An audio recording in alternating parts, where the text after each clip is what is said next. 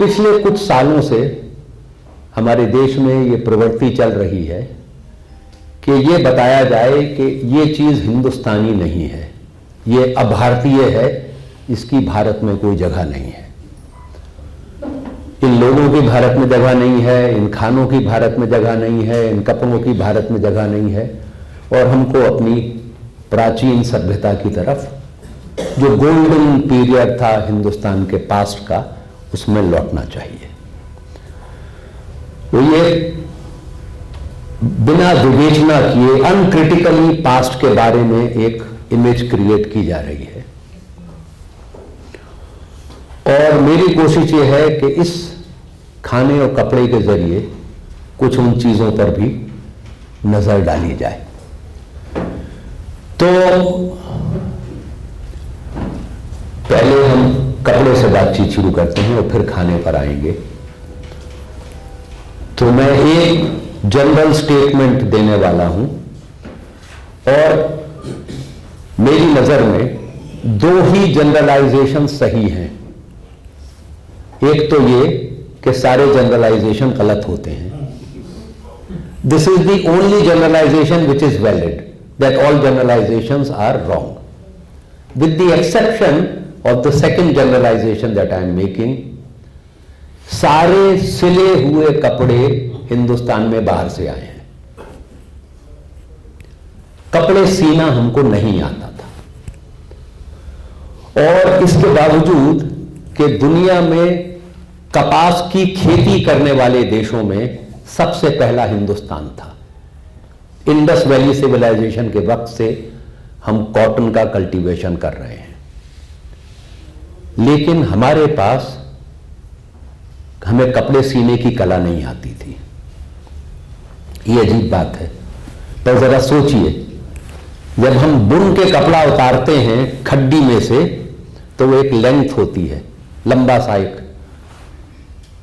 उसका अगर कुर्ता बनाना है तो उसमें स्लीव के लिए काटना होगा, गले के लिए काटना होगा, जहां जेब लगती है उसके लिए काटना होगा, जेब के लिए कपड़ा काटना होगा, उसके लिए कैंची चाहिए। हमारे पास कैंची नहीं थी। कैंची हमारे यहां ग्रीक्स लेके आए। कुषाण काल से पहले हिंदुस्तान में सिला हुआ कपड़ा नहीं है।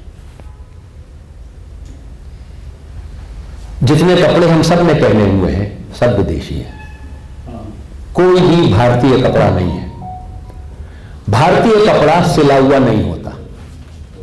धोती, लुंगी, अंगवस्त्रम ये भारतीय है, कोई उसके अलावा सारे कपड़े विदेशी हैं।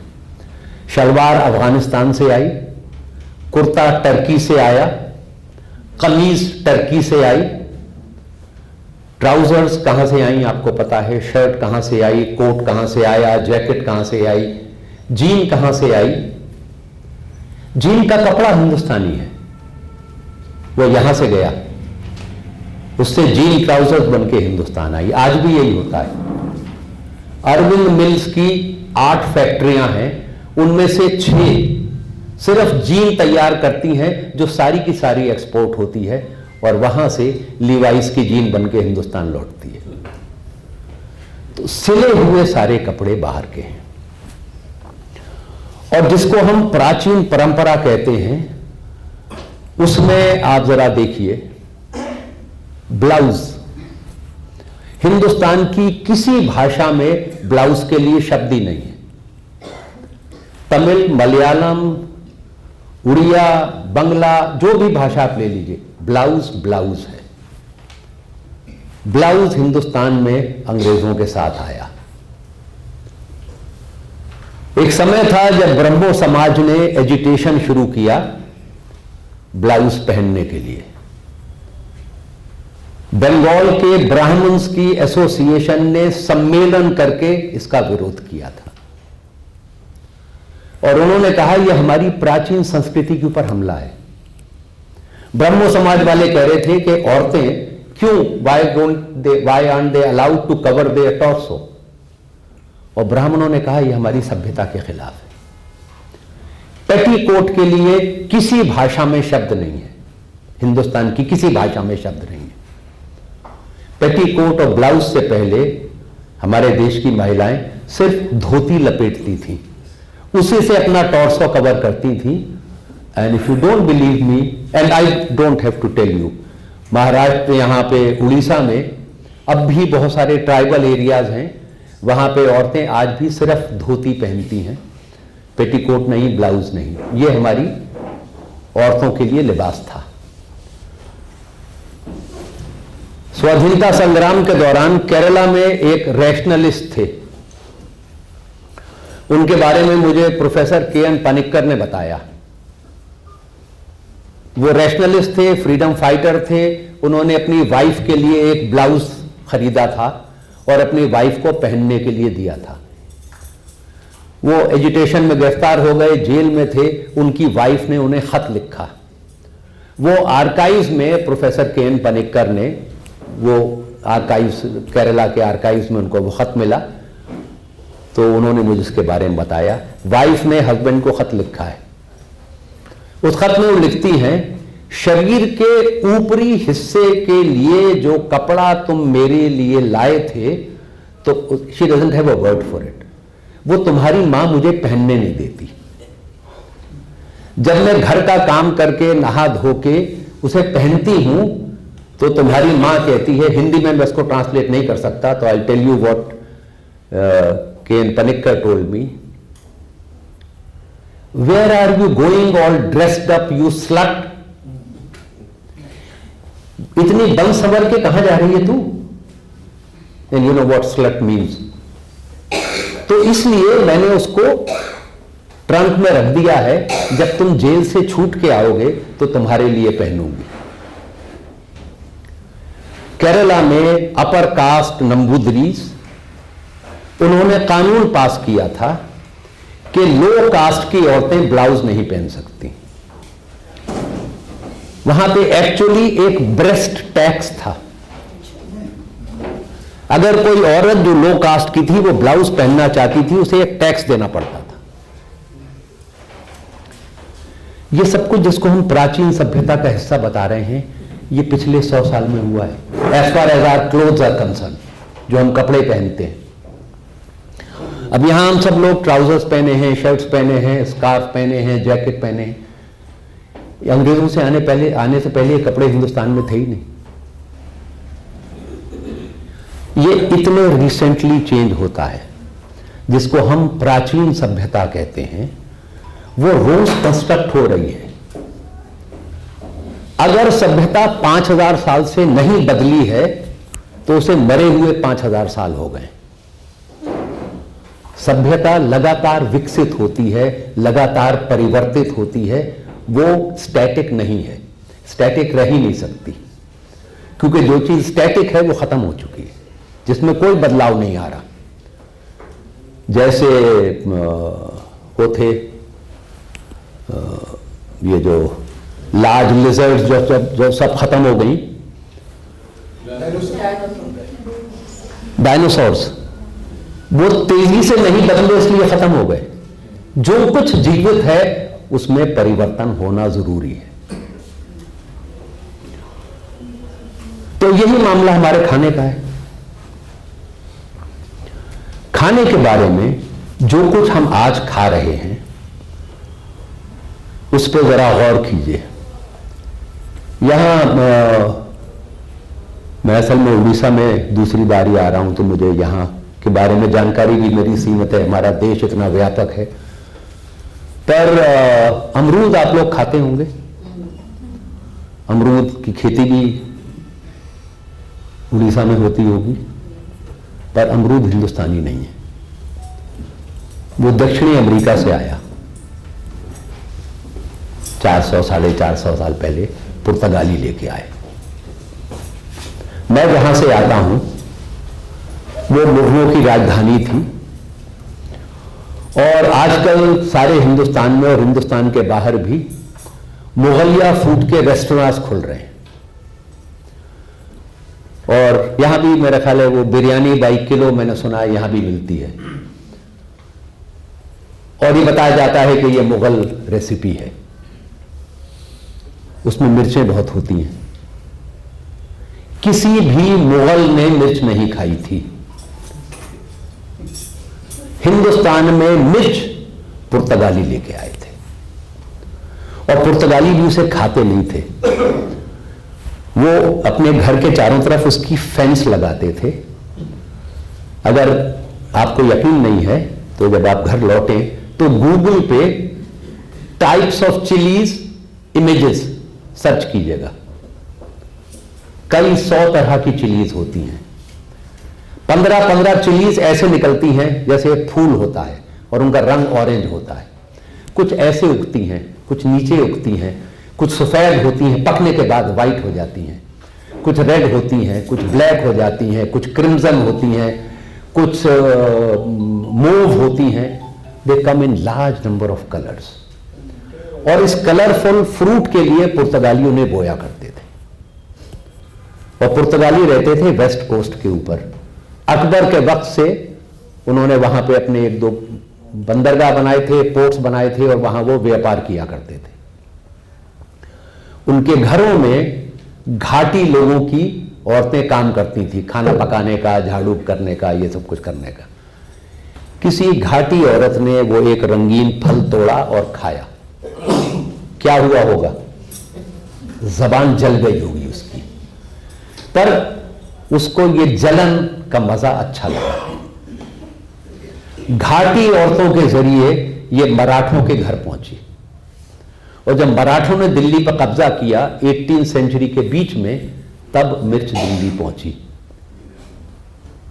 Before the middle of the 18वीं सेंचुरी मिर्च दिल्ली में नहीं थी, और उस वक्त तक मुगल साम्राज्य अपने आखिरी सांसें ले रहा था।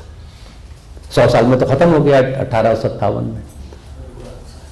तो 1750s तक के बाद मिर्च पहुंची है दिल्ली। वो मुगलिया खाने की डेफिनेशन कैसे हो सकती है? किसी मुगल ने तो खाई भी नहीं थी।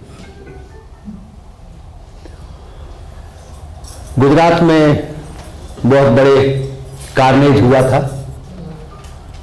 उसके बाद गुजरात में कुछ वो पीस की कुछ कोशिशें हो रही थी, तो मुझे बुलाया था नेहरू युवा केंद्र के स्टूडेंट से बातचीत करने के लिए। तो मैंने उनसे पूछा कि आप लोग खाना किस चीज में पकाते हैं? तो उन्होंने कहा मूंगफली के तेल में। तो मैंने कहा कि मूंगफली की खेती कब से हो रही है? जो पहला जवाब मेरे पास आया वो ये था, 5000 साल से। हमारे यहां हर देश में हर चीज 5000 साल से हो रही है, 5000 साल से। फिर किसी ने कहा 1000 साल, 2000 साल, 500 साल, 400 साल। तो मैंने उनको बताया कि गुजरात में पहली फसल मूंगफली की 1922 में ली गई थी, 1922। उसे 102 साल हुए हैं, अब 103 होने वाले। हिंदुस्तान में मूंगफली आई, 2 थियोरीज हैं, 2 थ्योरीज हैं। आई तो यह है दक्षिणी अमेरिका से। हिंदुस्तान में एक थ्योरी यह है कि पुर्तगाली लेके आए और वो वेस्ट कोस्ट पे उसकी खेती होना शुरू हुई। पर इस थ्योरी को मानने वाले ज्यादातर लोग नहीं हैं, क्योंकि पुर्तगालियों के साथ 16वीं सेंचुरी में अगर मूंगफली आ गई, पर खाने में उसका इस्तेमाल हमको लेट 18वीं सेंचुरी में मिलता है या अर्ली 19वीं सेंचुरी में। तो इतना इंपॉर्टेंट ऑयल सीड 300 साल किसी ने उसको इस्तेमाल ही नहीं किया। तो दूसरी थ्योरी यह है कि वो साउथ अमेरिका से पहले इंडोनेशिया पहुंची, मलक्का आइलैंड्स पहुंची, वहां से वो तमिलनाडु के कोरामंडल कोस्ट पे पहुंची। और जो सबसे पहला बायोलॉजिकल नाम हमारे पास मूंगफली का आता है वो कोरामंडल से कनेक्टेड है। उसकी बहुत खेती होती रही। लेट 19वीं सेंचुरी में एक भयानक इन्फेक्शन आया और मूंगफली जो उस वक्त कोई कई हजार एकड़ में कल्टीवेट हो रही थी, एक साल में उसकी कल्टीवेटेड लैंड 50% कम हो गई, अगले साल फिर 50% कम हो गई। तब एक और वैरायटी जो शायद जावा से लाई गई थी, वो फिर गुजरात में बोई गई और तब उसकी खेती शुरू हुई। तो आज से 100-125 साल पहले मूंगफली की खेती शुरू हुई है लार्ज स्केल के ऊपर, लोगों ने कंज्यूम करना शुरू किया। उससे पहले गुजराती काहे में खाना पकाते थे, तिल के तेल में। पिछले 100 साल में यह हो गया है। The entire taste, flavour, look of Gujarati food has change totally in the last 100 years। और अगर आप गुजरातियों को बताएं तो वो बुरा मान जाते हैं। हमारी तो पारंपरिक पकाने का तरीका यह है। परंपरा ऐसी नहीं है जो बदलती नहीं हो, वो लगातार बदलती है। पुराने का कुछ हिस्सा रहता है और कुछ नया आता है। यही खाने में शिमला मिर्च, कैप्सिकम, उसका शिमला से कोई लेना देना नहीं, साउथ अमेरिका से आई। फ्रेंच बीन्स का फ्रांस से कोई ताल्लुक नहीं है, वेस्ट अफ्रीका से आई।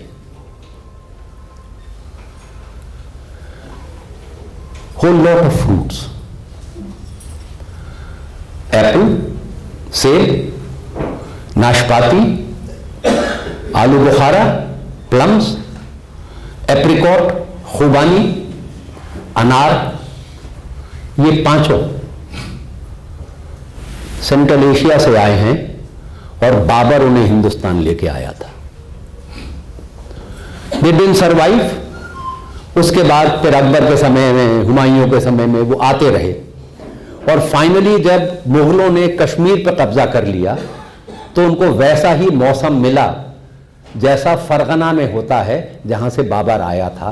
और फिर वो सारे फ्रूट हमारे हिमालयन टेरिटरी के अंदर बोए जाने लगे। तो ये सारे फ्रूट वहां से आए। नींबू, और नींबू की सारी फैमिली, उसका ओरिजिन चाइना है। उसके बाद बहुत सारी वैरायटीज दुनिया भर में फैल गई हैं, पर ओरिजिन चाइना है। आपने देखा होगा दुकानों पे के बाहर हरी मिर्च और नींबू एक धागे में पिरो के लटका के रखते हैं, बुरी नजर से बचाने के लिए। हरी मिर्च और नींबू के आने से पहले बुरी नजर से हम कैसे रक्षा करते थे, या बुरी नजर हरी मिर्च के साथ ही आई है। तो संस्कृति में कितनी तेजी से परिवर्तन होता है। हमें बताया गया था बचपन में कि सितार का इन्वेंशन अमीर खुसरो ने किया था। जब मैंने खाने की खोज करना शुरू की तो पता चला कि पंपकिन तो पेरू से आया है और पुर्तगाली लेके आए थे। सो 17वीं सेंचुरी से पहले सितार हमारे यहां हो नहीं सकता। और जो हमारी सरस्वती वीणा है और रुद्र वीणा है, उसका जो इको चैम्बर है, जो आजकल बड़े ट्यूबर से बनता है, उससे बनता है बड़े क्या कहलाते हैं उसको, क्या कहते हैं, ये जो pumpkin is a kind of हाँ, तो ये इस काइंड ऑफ लौकी, बड़ा सा वो फ्रूट होता है, उससे इको चैम्बर बनता है सितार में, तानपुरे में, इन सब में। उस वक्त कैसे बनता था? तो मैं नेशनल म्यूजियम गया, अभी बचा हुआ है, कुछ दिन में उसका पता नहीं क्या होगा। तो उसमें मैंने देखा कि जितने पुराने म्यूजिकल इंस्ट्रूमेंट हैं उनका इको चैम्बर पेड़ के ट्रंक को हॉलो करके बनाया जाता था। तो एक बहुत बड़े शुभा मुद्गल का नाम सुना होगा आपने, उनके हस्बैंड हैं अनीश प्रधान, जिनका पीएचडी है हिंदुस्तानी म्यूजिक पर अंग्रेजी शासन में क्या प्रभाव पड़े। तो मैंने उनसे पूछा, और एक और बहुत बड़े हिस्टोरियन थे वासुदेव चैटर्जी, गांधी जी के ऊपर उनका बड़ा काम है, और वो रविशंकर के शागिर्द से उन्होंने सितार बजाना सीखा था। तो मैंने इन दोनों से पूछा, तो वासुदेव चैटर्जी ने कहा कि अकबर के वक्त तक सितार का नाम का इंस्ट्रूमेंट है ही नहीं। अकबर के पास जो 2 किताबें लिखी गई, अकबरनामा और आईने अकबरी, उनमें कहीं सितार का जिक्र नहीं है, बाकी सारे म्यूजिकल इंस्ट्रूमेंट्स का जिक्र है। और अनीश ने मुझे बताया कि आज भी हिंदुस्तान के सबसे अच्छे तानपुरे जो महाराष्ट्र में बनते हैं, उसका जो तूंबा है वो साउथ अफ्रीका से इंपोर्ट किया जाता है।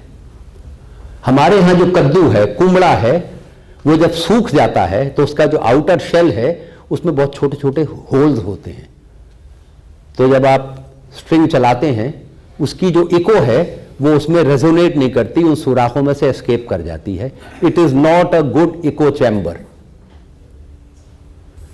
तो ये सिर्फ खाने पे नहीं असर पड़ा है, हमारे संगीत पर भी इन चीजों का असर पड़ा है जो बाहर से आई।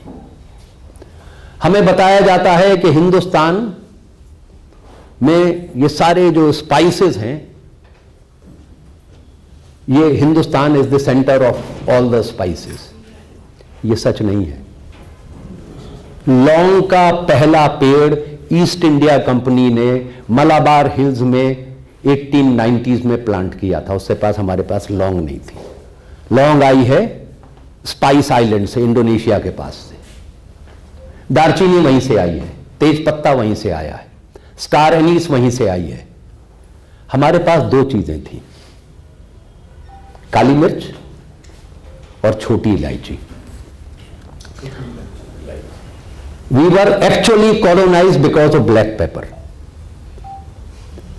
Because black pepper में एक केमिकल है जिससे मीट को प्रिजर्व किया जा सकता है, और वो यूरोप में नहीं थी। और उस ट्रेड को कंट्रोल करते थे अरब्स। इस्लाम के एग्जिस्टेंस में आने से बहुत पहले से अरब्स हिंदुस्तान से ट्रेड कर रहे थे। वो काली मिर्च लेके जाते थे और किसी को नहीं बताते थे कि कहां से आई है। They had a monopoly. और there was a time in Europe जब काली मिर्च बाय वेट गोल्ड से ज्यादा महंगी थी। 2 चीजें थी यूरोप में जो गोल्ड से ज्यादा महंगी थी, blue pottery from China and black pepper from India. उससे पहले एक और स्पाइस है जिसे पीपली कहते हैं, उसके बिना च्यवनप्राश नहीं बन सकता है। Pippali was exported from India to Greece. Hippocrates का नाम सुना होगा आपने, सारे डॉक्टर हिपोक्रेटिक ओथ लेते हैं। हिपोक्रेटिस यूज्ड टू यूज पीपली अपनी दवाइयों में फ्लेवर डालने के लिए, उसने लिखा है। उसी ने इसको नाम दिया पेपर लॉन्गम, और जब काली मिर्च वहां पहुंची तो वो पेपर कहलाई। और फर्डिनांड और Isabella the rulers of Spain, उन्हें ब्लैक पेपर चाहिए थी किसी भी कीमत पर। तो कोलंबस को जब उसने भेजा तो उसने कहा बिना पेपर लिए मत लौटना। और कोलंबस ने इंडिया पहुंचने के बजाय अमेरिका पहुंच गया और उसने कहा ये इंडिया है। उसकी गलती हम सब आज तक भुगत रहे हैं। What he brought from there was capsicum, और इसलिए कैप्सिकम को पेपर का नाम दिया गया। ग्रीन चिली सेंट्रल अमेरिका से आई, मेसो अमेरिका, मैक्सिको से, और वो स्पेनियर्स के बजाय पोर्चुगीज के हाथ लगी। और Portuguese were taken to this tree by Aztec Indians, और एस्टेक इंडियंस उसे चिली कहते थे, इसलिए उसका नाम चिली पड़ा, जिसको हम मिर्च कहते हैं। हमारे यहां तो पहले भी मिर्च थी, काली मिर्च थी, हमने रंग से नाम देना शुरू कर दिया। काली मिर्च, लाल मिर्च, हरी मिर्च, सब मिर्च हो गई। तो हमारी लैंग्वेज तो सिंप्लीफाई करती है ना चीजों को, तो हमने सारी मिर्चों को एक कर दिया, काली मिर्च से लेके ऑल ऑफ देम बिकेम मिर्च। नाउ ट्राई टू इमेजिन, आज से 100 साल पहले हम लोग क्या खाते थे। हमें बताया जा रहा है कि हम वेजिटेरियंस हैं। वेजिटेरियंस क्या खाते थे? फ्रेंच बीन हिंदुस्तानी नहीं है, शिमला मिर्च हिंदुस्तानी नहीं है, पंपकिन हिंदुस्तानी नहीं है, gourds, most of the large gourds वो हिंदुस्तानी नहीं है। छोटे गोड्स हमारे हैं, टिंडा हमारा है, चिचैंडा हमारा है which is called the snake gourd, बैंगन हमारा है। How many people love baingan? Just raise your hands. See, a majority doesn't love बैंगन। बैंगन इज 100% इंडियन। उसका संस्कृत नाम है वतिंगन। वतिंगन बिकम्स बैंगन इन कलोकियल यूज। फिर बैंगन ने ट्रेवल किया, अफगानिस्तान पहुंचा, उसका नाम, हाँ बंगला में बेगुन कहते हैं, अफगानिस्तान पहुंचा, उसका नाम पड़ा badingan. Badingan travel to Arabia, it became al-Badinjan. Al-Badinjan traveled to France, it became aubergine. और फिर it traveled to London, England, and it became brinjal. फिर उसने अटलांटिक क्रॉस किया। इस जर्नी में एक वैरायटी पैदा हुई जो सफेद होती है, वो अमेरिका पहुंची। American is a different language from English, is very graphic. उन्होंने वो फल देखा, they called it egg plant. वो सफेद था, इतना बड़ा था, उसके ऊपर एक ग्रीन सा क्राउन था, उन्होंने उसको नाम दे दिया एग प्लांट। एग प्लांट वापस हिंदुस्तान आ गया।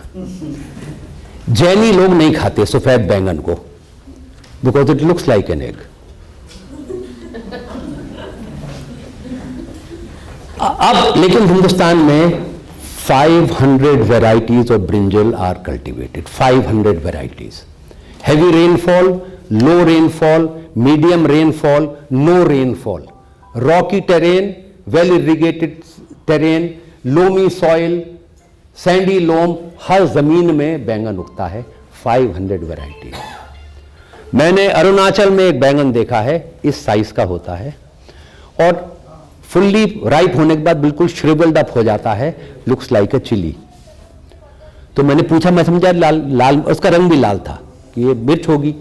उसने कहा ये बैंगन है, बट शी सेड बहुत तीखा है, इसकी सब्जी नहीं बनती, इसको हम चिली की तरह इस्तेमाल करते हैं। इंसिडेंटली सर्च कीजिएगा, बैंगन और chilli both come from the same family, biological family एक है दोनों की। चिली हिंदुस्तान की नहीं है, बैंगन हिंदुस्तान का है। हमने दुनिया को शुगर केन दी। हिंदुस्तान से जब बुद्धिज्म फैला है तो बुद्धिस्ट मॉन्क्स उसे चाइना लेके गए। चीनियों ने ग्रेनुलर शुगर इन्वेंट की, शुगर जूस को पका के, वो वापस हिंदुस्तान आई, इसलिए हम उसे चीनी कहते हैं।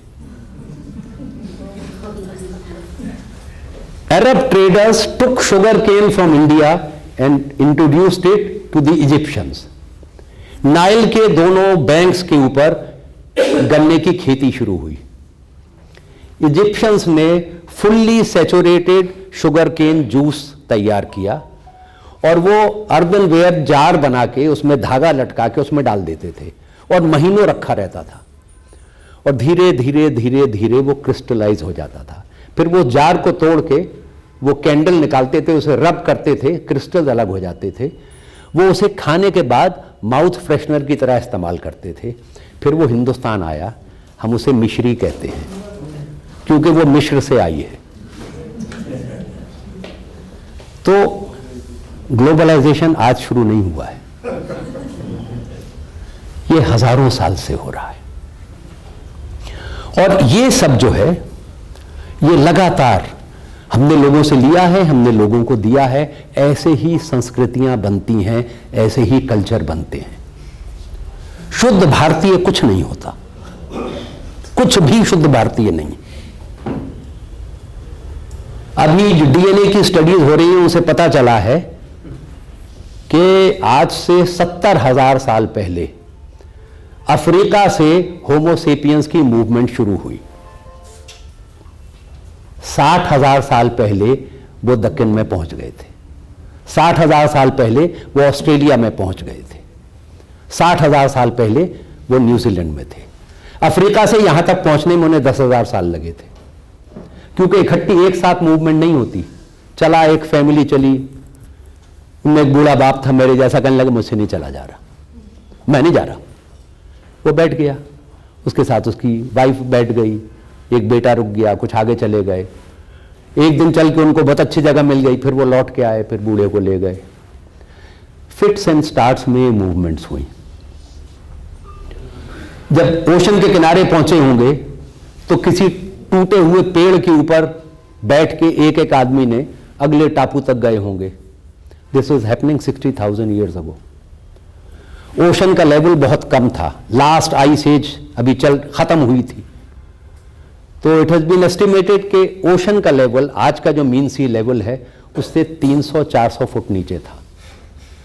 And all oceans were dotted with islands, और हम एक आइलैंड से दूसरे आइलैंड पे कूदते हुए हिंदुस्तान पहुंचे। अब तक तो ये जेनेटिकली ही साबित किया गया था। अभी 2 साल पहले हमको एविडेंस मिल गई। दिल्ली से अगर आप गुड़गांव जाएं तो एक एरिया है घिटोरनी से जाने का। घिटोरनी के आगे एक सड़क है जो दिल्ली को फरीदाबाद से जोड़ती है। उसमें एक जंगल है, उस जंगल में रॉक्स मिली हैं हमको, उनमें रॉक पेंटिंग्स मिली हैं। Archaeological survey of India has dated them at 35,000 years from today. आज से 35,000 साल पहले वहां पे लोग थे उस जंगल में, और वो इस लेवल ऑफ डेवलपमेंट पहुंच चुके थे कि वो अपनी जिंदगी के हंटिंग सीन्स पेंट कर रहे थे। आज से 35,000 साल पहले। आर्य कब आए थे? 5,000 साल पहले। तो ये परिवर्तन है जो लगातार होता है, लगातार होता है। लेकिन हमने कुछ अजीब चीजें, how much time do I have? 10 minute. हाँ, गुड। तो हमने कुछ अजीब चीजें डेवलप कर ली हैं। हमने ये विचार पैदा किया कि हम मुख्य रूप से शाकाहारी हैं। ये रोज कहा जाता है, हम शाकाहारी हैं इसलिए शांति प्रिय है। इसका मतलब क्या हुआ? मांसाहारी वो उनकी नेचुरल प्रवृत्ति है हिंसक होने की। गुजरात में राइट्स हुए थे, कौन मारा गया था? 90% ऑफ दोज किल्ड वर मांसाहारीज। उन्हें मारा किसने था? 90% of the killers were vegetarians. Let's be very clear, आप जब खाते हैं आप वो बन नहीं जाते, इसकी कोई साइंटिफिक बेसिस नहीं है। और मुझे तो आप लोगों को बताने की जरूरत नहीं है, शांति, कितने शांति प्रिय हाथी आप जानते हैं। जब हाथी गुस्से में होता है तो उससे ज्यादा बर्बादी करने वाला कोई जानवर नहीं है, और वो तो मीट नहीं खाता। जितने इंसान हैं उनके पास ये 2 दांत हैं, कैनाइन, जो बने ही इसलिए हैं कि मीट को चीर सकें। All primates are omnivores. इंसान को बनाया गया है सब कुछ खाने के लिए, वो एवोल्यूशन की प्रोसेस है। उसके बाद ये हमारी मर्जी, हम ये खाएंगे या नहीं खाएंगे। जैसे हमारे बहुत सारे बहुत अच्छे वेजिटेरियन दोस्त हैं जो करेला नहीं खाते। करेला का नाम दो तो वो खाने को टेबल छोड़ जाएंगे, नहीं करेला पकाया मैं नहीं खाऊंगा। ऐसे कुछ मीट ईटर्स भी हैं जो कुछ तरह का मीट खाते हैं, कुछ तरह का मीट नहीं खाते। कुछ ऐसे भी हैं जो सब कुछ खा लेते हैं। लेकिन इस बेसिस के ऊपर आप ये तय नहीं कर सकते कि उसकी प्रवृत्ति ऐसी है कि हिंसक प्रवृत्ति का है, क्योंकि वो मांसाहारी है। तो वही वर्कशॉप जिसका मैंने जिक्र किया था, मैं गुजरात में बात कर रहा था, तो मैंने पूछा आप लोग कैसा खाना खाते हैं? कहने लगे हम तो शाकाहारी हैं, गुजराती लोग तो शाकाहारी होते हैं। मैंने कहा अच्छा, ये जो काठियावाड़ का पूरा कोस्ट है वहां कौन लोग रहते हैं? अरे वो तो मछुआरे हैं ना, वो तो कुछ भी खा लेते हैं, जो भी समुद्र से निकलता है खा लेते हैं। तो मैंने कहा ठीक है, तो वो शाकाहारी तो नहीं है? कहने लगे नहीं। फिर मैंने कहा आपके यहाँ 20-25% आदिवासी हैं, वो क्या खाते हैं? हाँ, आदिवासी लोग जंगल में रहते हैं ना, वो तो गिलहरी भी खा जाते हैं, चूहे भी खा जाते हैं, कुछ भी खा लेते हैं, कीड़े मकोड़े मेंढक सब खा जाते हैं। तो मैंने कहा ये सब शाकाहारी तो नहीं है? कहने लगे नहीं। फिर मैंने कहा दलित लोग कुछ भी खा लेते हैं, वो तो मरे जानवर भी खा लेते हैं। मैंने कहा फिर कुछ पारसी हैं गुजरात में, लेकिन वो तो मांसाहारी होते हैं। मैंने कहा 10-15% मुसलमान भी हैं, हाँ वो भी मीट खाते हैं। क्रिश्चियन, हाँ वो भी मीट खाते हैं। मैंने कहा फिर क्षत्रिय हैं, ये अपना राहुल जडेजा जैसे, कहने लगा सब भी मीट खाते हैं। क्षत्रिय लोग तो मीट खाते हैं ना, उनको तो परमिशन है। तो मैंने कहा फिर कौन बचा? कौन है शाकाहारी गुजरात में?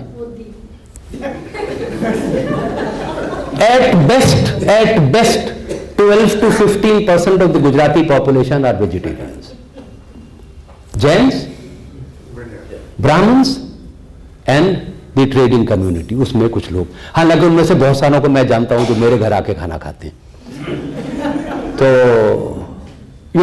लेकिन जैसा मैंने शुरू में कहा था, सारे जनरलाइजेशन गलत होते हैं। Overwhelming majority of this country's population has always been meat eaters. ये मिथ है, और ये मिथ कि शाकाहारी पीसफुल होता है। आप में से कितने लोग दिल्ली गए हैं?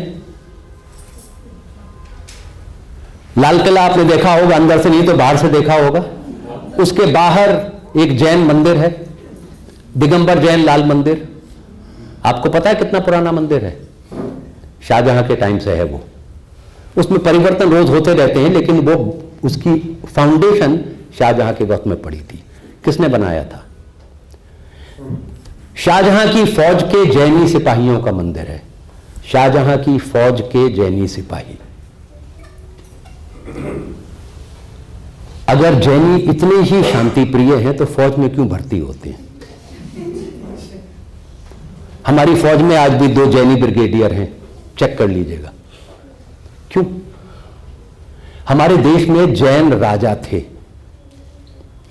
उनकी सेनाएं थीं, वो अपने प्रभाव क्षेत्र का विकास करने के लिए युद्ध लड़ते थे, कई बार दूसरे जैनी राजाओं से। क्यों करते थे? राज कर रहे हो तो सेना रखनी पड़ेगी, और सेना युद्ध करेगी, चाहे वो शाकाहारी हो चाहे न हो। ये मिथ कि हम शांति प्रिय हैं क्योंकि हम शाकाहारी हैं, इसलिए हमने किसी पर कभी हमला नहीं किया। ये तो आपको रोज बताया जाता है ना, भारत शांति प्रिय है, हमने किसी पे हमला ही नहीं किया। अगर हमने हमला नहीं किया तो धनराज युधिष्ठिर की मूर्ति अंकोर वाट में कैसे पहुंच गई, और इंडोनेशिया में बाली में रामायण कैसे पहुंच गई? चेरा और चोला शासक जो थे वो सी फेयरिंग थे, they were warriors, they went and conquered a whole lot of territory outside the subcontinent. लेकिन हमको तो इतिहास में उनके बारे में कुछ बताया ही नहीं जाता है। हमें तो बताया जाता है कि बस अयोध्या, बनारस, गंगा, जमुना, बस यही भारत है। ऐसा सच में नहीं है। तो हम इतिहास में से सिर्फ वो चीजें उठाते हैं जो हमारी थ्योरी को साबित करें, और बाकी चीजों का जिक्र नहीं करते। तो हम शांति प्रिय भारत की बात करते हैं, इस तमाम हिस्से का जिक्र नहीं करते। हम सहृदय की बात करते हैं, एकलव्य की बात नहीं करते। तो खाने को देखने में भी यही नजरिया हम लोगों को अपनाना होगा। जैसे हर चीज परिवर्तनशील है, ऐसे ही खाने में भी। लेकिन जब हम एक जगह से दूसरी जगह जाते हैं, हिंदुस्तान के अंदर नहीं, अगर यहां से अमेरिका जाना पड़ गया और अमेरिका में आप रहने लगे, आपकी भाषा छूट जाएगी, आपके कपड़े बदल जाएंगे, सिर्फ एक चीज रह जाएगी, खाना। क्योंकि अपनी रसोई में आप फिर वो कर सकते हैं, अपना खाना बचा के रख सकते हैं। आप में से कुछ लोगों के रिश्तेदार होंगे वहां, वो जब जब आते हैं यहां से क्या लेके जाते हैं, और जब आप लोग उनसे मिलने जाते हैं तो उनकी क्या फरमाइश होती है? खाना, हिंदुस्तानी खाना चाहिए, अपनी रसोई का मजा चाहिए। एक मलयाली था जो नहीं तमिल था, जो न्यूयॉर्क में रहता था, और उसने ये डिस्कवर कर लिया, तो उसने इंडियन पिकल्स बना के बेचने शुरू किए। He became the pickle king of India, pickle king of America. और उसकी family is a family of multi millionaires now, सिर्फ इसलिए कि आप खाने से अपने आप को आइडेंटिफाई करते हैं। और इसलिए खाने के ऊपर हम डिस्क्रिमिनेट करते हैं। जो हमारी तरह नहीं खाता वो हमसे अलग है, and therefore food becomes a method of discrimination. तो खाना सिर्फ ज़बान का स्वाद नहीं है, ये एक बहुत इंपॉर्टेंट कल्चरल मार्कर है, और एनी कल्चरल मार्कर हमको जनरलाइजेशन से बचना चाहिए। Thank you.